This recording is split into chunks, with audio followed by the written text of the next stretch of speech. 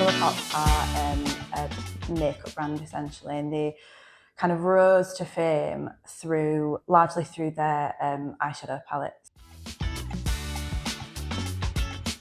They basically launched with this enormous influencer campaign. Like when they first kind of came, they launched in 2014.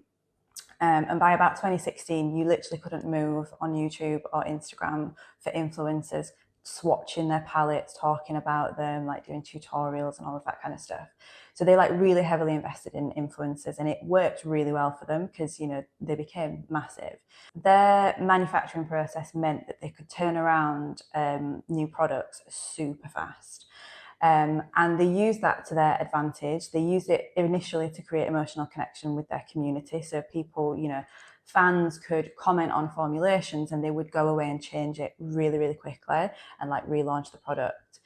They also, you know, like the community had a lot of influence on colorways and, you know, different kind of like collabs that they wanted to see and stuff like that. What they ended up doing was kind of creating so much newness so often that it kind of led to fatigue. They were literally dropping launches like 2 a month. And at a certain point, I think, while newness is really exciting and it tends to be kind of like lapped up in the beauty community, there is a limit to it. Like at a certain point, people do sort of think, do I really need to buy yet another ColourPop eyeshadow palette?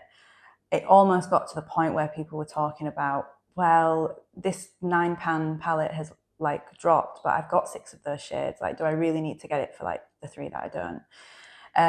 So that kind of constant newness led to fatigue, essentially.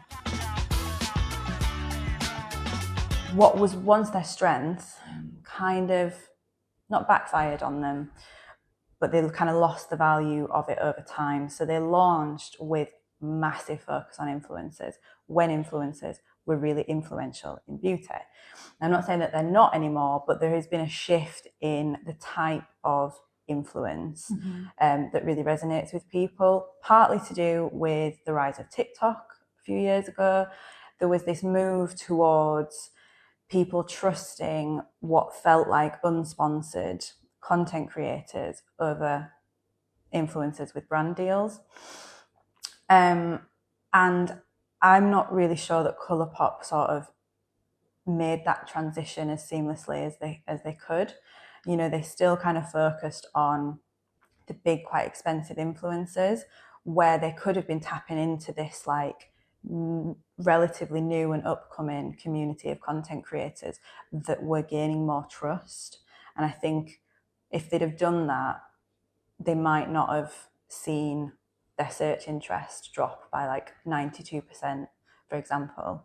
In the UK, that's since 2016, like the interest in the brand has just kind of like plummeted as people have moved towards, I guess, a different type of influence.